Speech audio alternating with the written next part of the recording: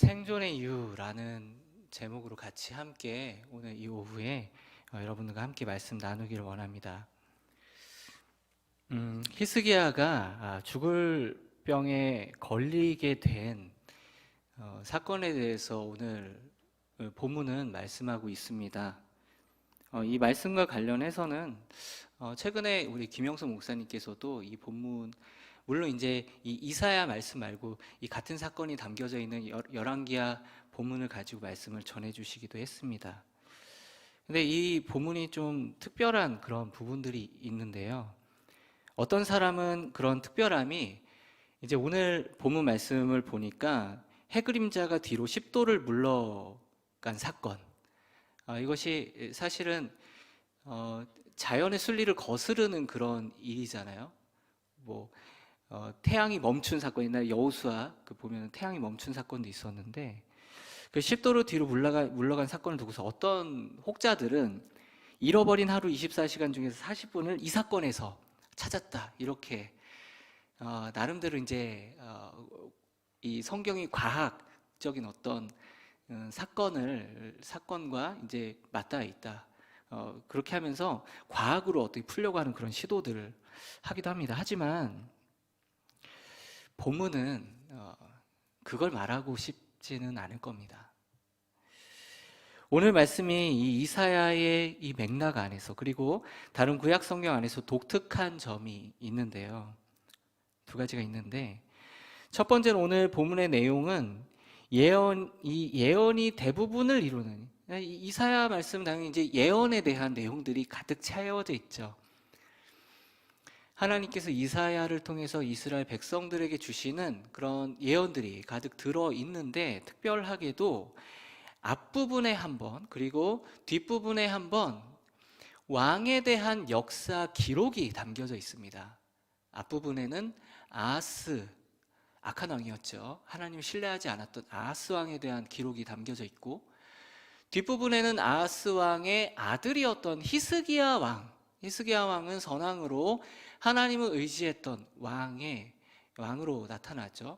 그래서 앞부분에는 하나님을 의지하지 않았던, 신뢰하지 않았던 그런 아하스의 역사에 대한 그런 기록이 앞부분에 들어가 있고, 그리고 뒷부분에는 또 히스기야 왕에 대한, 하나님을 신뢰했던 히스기야 왕에 대한 사건이 기록되어져 있습니다.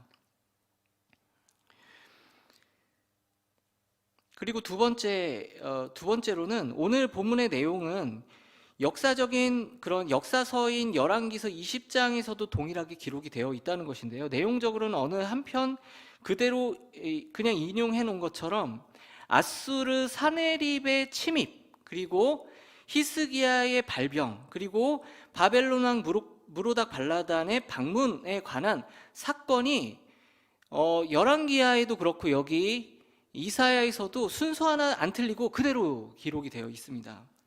물론 역대하 29장 32장에서도 동일한 순서대로 조금 다르게 그런 기록이 되어 있지만, 동일한 순서로 사건 자체는 동일하게 기록이 되어 있다는 거죠. 따라서 11개의 여러 왕들 중에서 아하스와 히스기야를 특별하게 언급하고 있는 것은 그들이 이사야 선지자 당시에 활동했던 왕들이란 것 이상의 그런 의미를 가지고 있는 것입니다. 우리는 이와 같은 점 때문에 오늘 본문 이사야 38장에 나타나 있는 히스기야의 병에 대한 본문을 그냥 병고침을 받았다 정도로 이해하고 넘어갈 수 없는 것이죠. 이 본문이 왜 들어가 있을까 한번 볼 필요가 있는데, 우리가 오늘 본문의 말씀을 살펴보기 전에 먼저 간단하게 본문의 내용을 짚고 넘어갈 필요가 있습니다.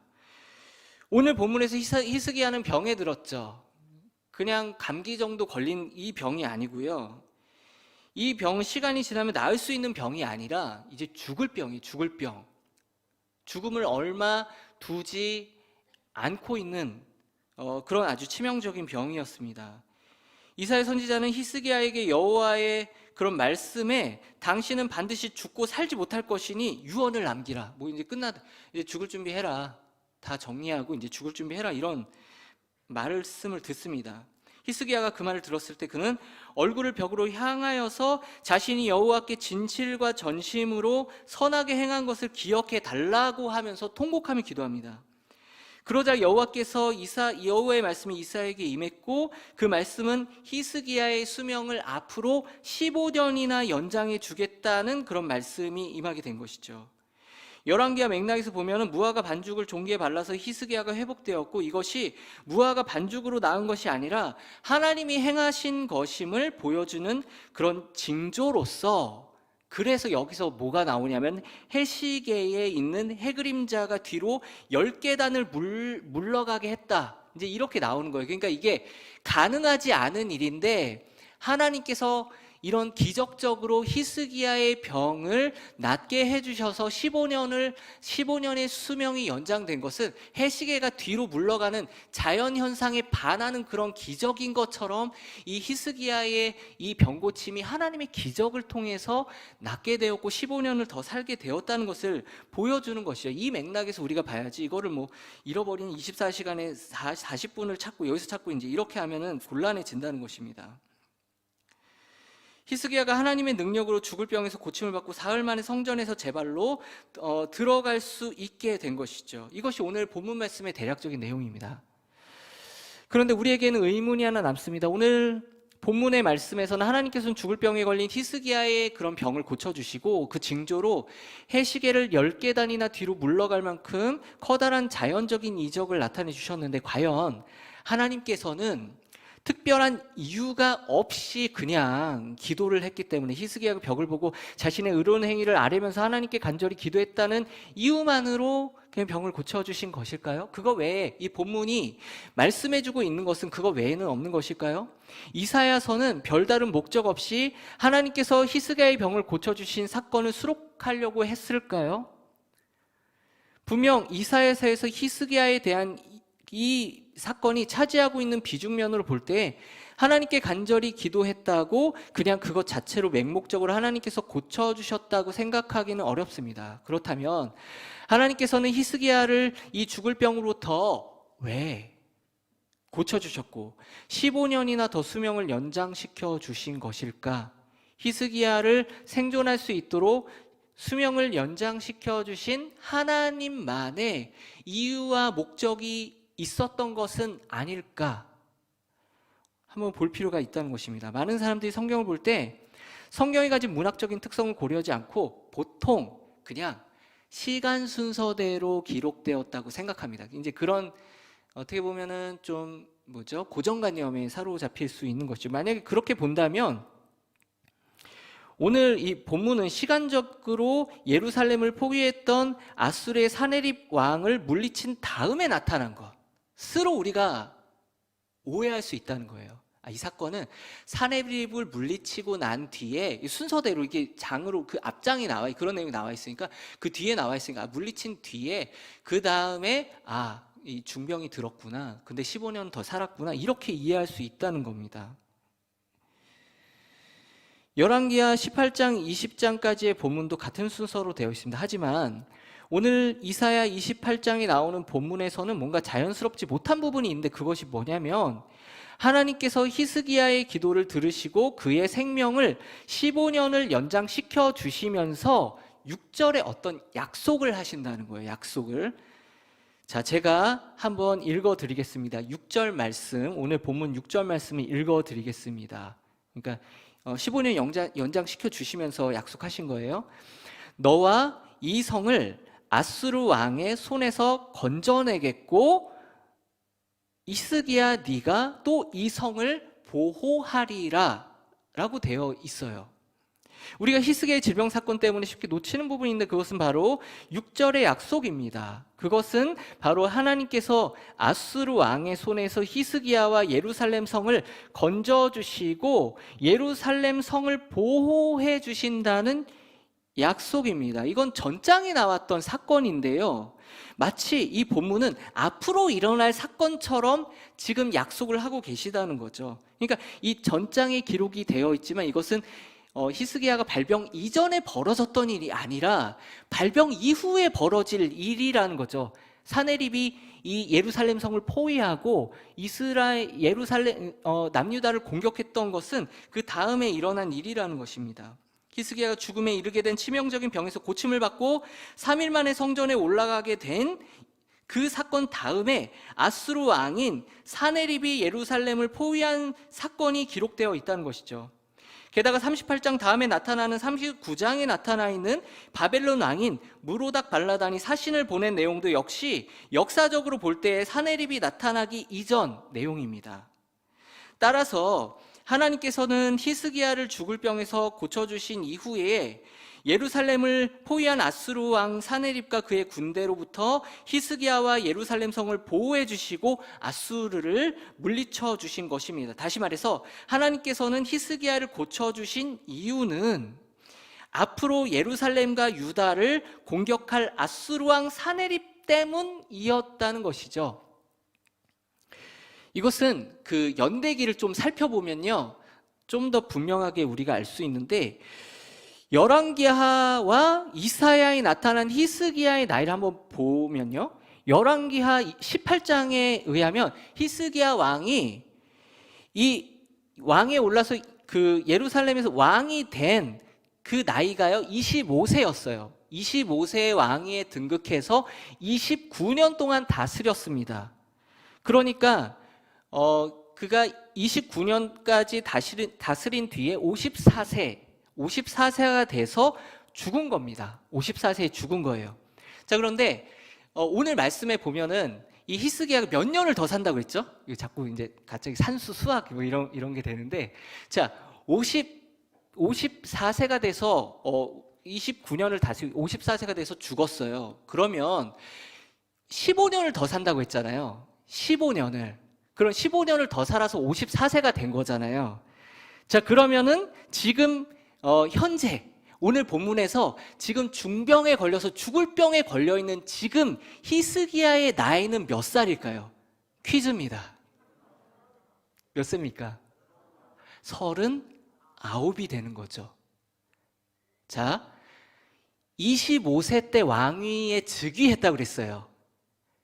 그러면은 지금 왕으로 즉위한 지 지금 몇 년이 지난 거죠? 14년이 지난 겁니다. 14년. 자, 그런데 그러니까 이 왕으로 등극한 지 14년째의 죽을 병에서 고침을 받았다는 거죠. 자, 그런데 열왕기하 18장과 이사야 36장에 보면은 아수르 왕 사네립이 예루살렘을 포위한 연도를 가리켜주고 있어요. 그 해가 언제라고 나와 있냐면 바로 히스기야 왕 14년이라고 밝히고 있습니다. 히스기야 왕 14년. 그러니까 이게 무슨 말이죠, 지금? 이 히스기야 왕이 죽을 병에서 고침을 받았던 때가 히스기야 왕 14년째였고요. 그리고 이 사네립 왕이 이 예루살렘을 침공했던 그 해가 똑같은 이 히스기야 14년 같은 해에 벌어진 사건이란 거예요. 이 두 사건이 고침받은 때와 그리고 침공받았던 이 일이 같은 해에 벌어졌다는 것입니다. 그러니까 이 히스기야 왕이 고침받기 전에 침공한 게 아니고 고침받은 후에 침공을 했다는 것이죠. 만약에 히스기야 왕이 죽을 병에서 고침을 받지 못했다면 그 해에 죽었겠죠. 자, 그럼 그렇게 죽었다면은 문제는 뭐냐면 히스기야 다음에 그 히스기야의 아들이 누구냐면 므낫세예요. 므낫세. 근데 므낫세는요 히스기야 왕이랑 다른 사람이었어요. 악한 왕이었어요. 게다가 그 므낫세는 이 당시에 아주 어렵거나 왕으로서 즉위해서 나라를 다스릴 만큼 그냥 다스리는 게 아니고 지금 이 사네립과의 전투를 해야 되잖아요. 아주 그 당시에 이 아수르란 나라는 정말 그 고대 근동 지역을 다 잡아먹었던 아주 거대 제국이었습니다. 근데 그 나라와 전투를 해야 되는데 이 므낫세가 전투할 수 없었고요. 아예 태어나지 않았었을 수도 있다는 거죠. 그런 상황이었다는 것입니다. 그렇기 때문에 만약에 히스기야 왕이 그때 병고침을 받지 못하고 죽었다면 유다는 어떻게 됐을까요? 그대로 그냥 사네립이 침공했을 때 멸망했을 겁니다. 따라서 히스기야가 죽을 병에서 살게 된 것은 히스기야 왕 본인만의 그냥 단순한 본인의 수명이 15년이 연장된 그런 사건이 아니라 남유다가 아수르에게 멸망할 위기에서 구출받기 위해 매우 중요한 일이었다는 거예요. 이 히스기야가 죽지 않고 생존하는 것은 그냥 히스기야 본인의 생존만 관련되어 있는 것이 아니라 이 유다의 남유다의 생존과도 구원과도 직결되어 있는 문제라는 것이죠. 하나님은 하나님 혼자 일하시는 것이 아니라 늘 왕들을 통해서 이스라엘을 구원해 오셨습니다. 아직 히스기야가 예루살렘과 유다를 위해서 해야 할 사명이 남아 있었기 때문에 하나님은 히스기야를 죽을 병에서 살려주셨다는 거예요. 아무런 어떤 목적이 없었던 것이 아니라 하나님은 이 히스기야가 살아 있어야 되는 이유가 있었기 때문에 하나님은 히스기야를 데려가시지 않고 여전히 살게 생존할 수 있도록 해주셨다는 것입니다. 하나님께서 히스기야를 살려주신 이유는 바로 하나님과 그의 백성들을 위한 하나님 나라를 위한 사명이 여전히 히스기야에게 남아 있었기 때문에 하나님은 살려주셨다는 거예요. 이것은 성경에서 단지 히스기야에게만 일어나는 일은 아닙니다. 여러분들 모세가 몇 살에 부름받는지 알고 계십니까? 80세에 부름받아서 40년을 하나님과 그 이스라엘을 위해서 봉사하고 헌신하고 사명을 감당하다 몇 살에 죽었나요? 그가 사명을 마치던 120세에 죽습니다. 120세에. 여러분들 세례요한 있잖아요. 세례요한이 언제 옥에 갇힙니까? 언제요? 네?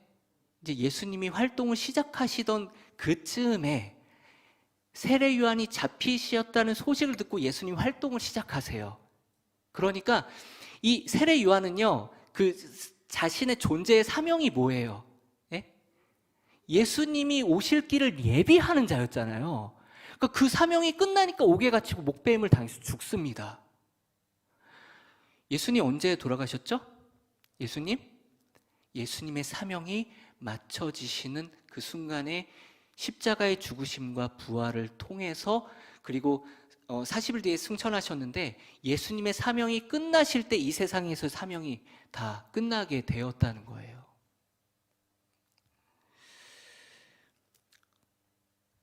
이 사실은 지금 여전히 이 땅에서 우리는 생존하고 있죠. 살고 있잖아요. 최근에 장례 소식이 많이 들립니다.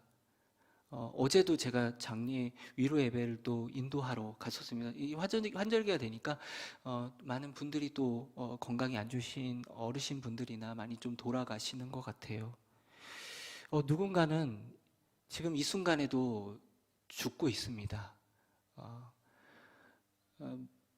목숨이 떠나가고요. 또 누군가는 또 우리 신앙 안에서 하나님의 성도들 중에서 누군가는 하나님께서 부르셔서 데려감을 받기도 합니다. 소천을 하기도 합니다.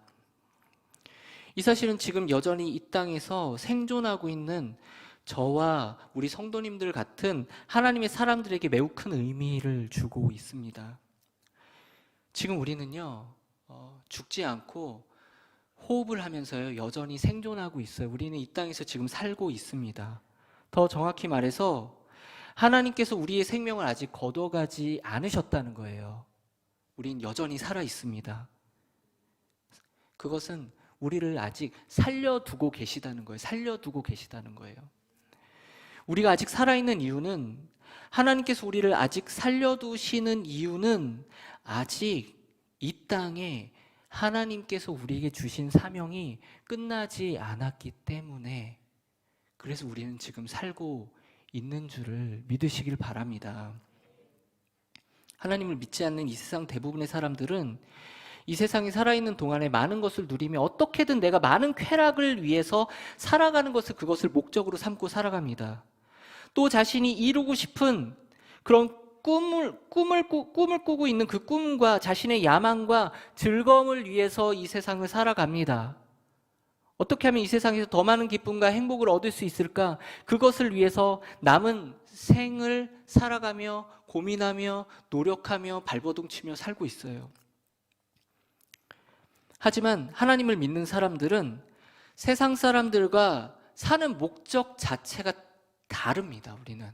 우리는 달라요. 그 세상 사람들하고. 우리는 그들과 똑같은 이유로 세상을 살아가면 안 됩니다. 우리의 꿈을 이루기 위해서, 우리의 즐거움과 우리의 만족과 우리의 행복을 위해서 살아가는 사람들이 우리는 아니라는 거예요. 그래서 하나님이 우리를 부르신 것이 아니라는 거예요.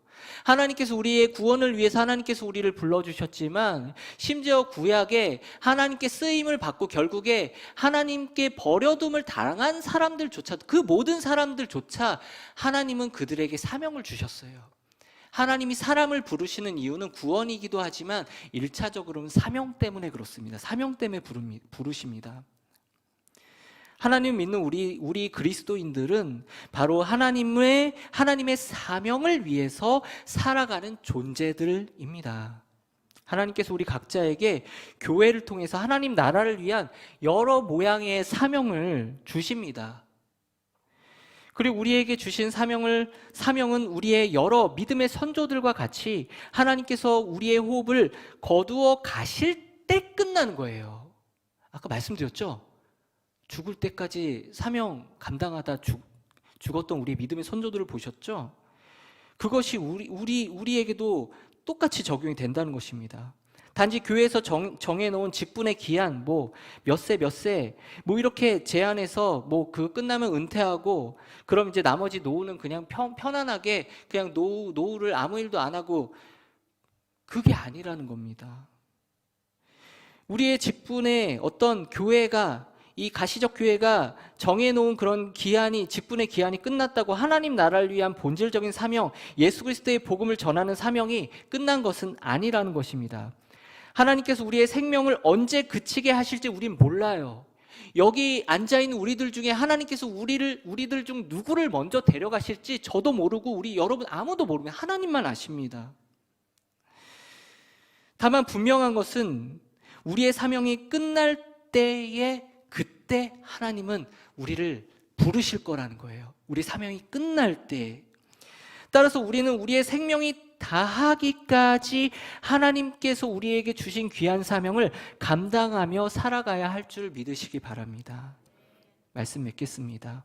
하나님께서 히스기야를 죽을 병에서 고쳐주셨습니다. 살려주셨습니다. 생존하게 하셨습니다. 하지만 그것은 맹목적으로 살려주신 것이 아니라 오늘 말씀 나눴던 것처럼 예루살렘과 유다를 이 아수르 왕 사네립으로부터 구원하며 보호하는 사명을 이 히스기야가 감당해야 했기 때문에, 여전히 히스기야에게 그 사명이 남겨져 있었기 때문에 생존할 수 있게 해 주셨다는 것입니다. 여러분들, 생존에는요 이유가 있습니다. 하나님 우리 지금 안 데려가시고 살려두신 데에는요 이유가 있습니다. 그 이유를 찾으셔야 돼요. 바로 그것은 우리 자신을 위한 것이 아니라 하나님의 영광을 위해서, 하나님께서 우리 각자에게 주신 그 구체적인 사명을 위해서, 예수 그리스도의 복음과 그의 교회를 위해서 우리를 살려주셨다는 것입니다.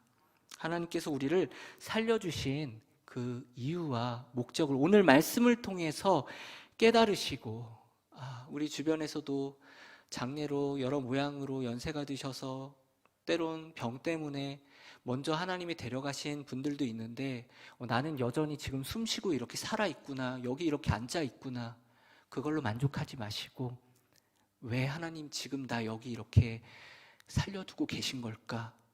왜 아직 나를 안 데려가시고 나를 아직 살게 하시는 것일까? 그 이유와 목적을 발견하셔서 남은 한평생 하나님께서 주신 사명을 감당하시며 주님의 영광을 위해 살아가시는 저와 여러분들 되시기를 주님의 이름으로 축원드립니다.